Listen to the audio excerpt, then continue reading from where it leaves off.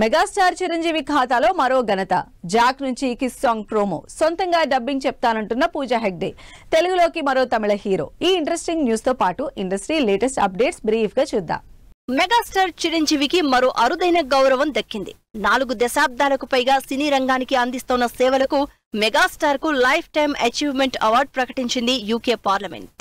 Mega power star Ram Charan, Buchibabu Sana direction లో తెరకెక్కుతున్న RC16 OTT rights కోసం సోనీ లివ్, నెట్ఫ్లిక్స్ పోటీ పడుతున్నాయని టాక్.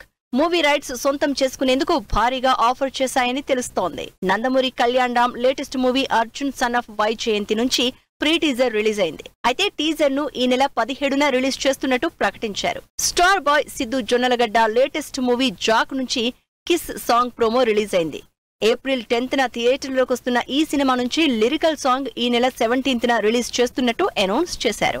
హీరోయిన్ నయనతార కుముద పాత్రలో నటిస్తోన్న మూవీ టెస్ట్. ఏప్రిల్ 4th నుంచి నెట్ఫ్లిక్స్ లో స్ట్రీమ్ అవబోతున్న ఈ మూవీ నుంచి క్యారెక్టర్ ఇంట్రొడక్షన్ వీడియో రిలీజ్ చేసింది టీమ్. హీరో సూర్య, హీరోయిన్ పూజా హెగ్డే కాంబోలో వస్తున్న మూవీ రెట్రో. మూవీలో తన పాత్రకు డబ్బింగ్ చెప్పింది పూజ. ఇకపై అన్ని భాషల్లోనూ ట్రై చేస్తానంటోంది Buttabomma. Natural star Nani upcoming movie hit 3లో హీరోయిన్ గా నటిస్తోన్న శ్రీనిధి శెట్టి సినిమాకి డబ్బింగ్ స్టార్ట్ చేశారు.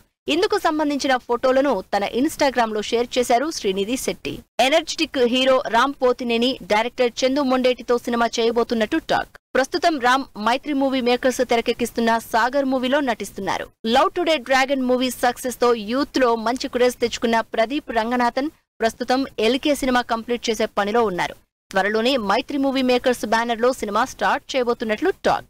ఈ శుక్రవారం ఆడియన్స్ ముందుకొచ్చిన కోర్టు మూవీ పాజిటివ్ టాక్ తో దూసుకుపోతోంది. ఈ సందర్భంగా సక్సెస్ ని షేర్ చేసుకుంది టీమ్.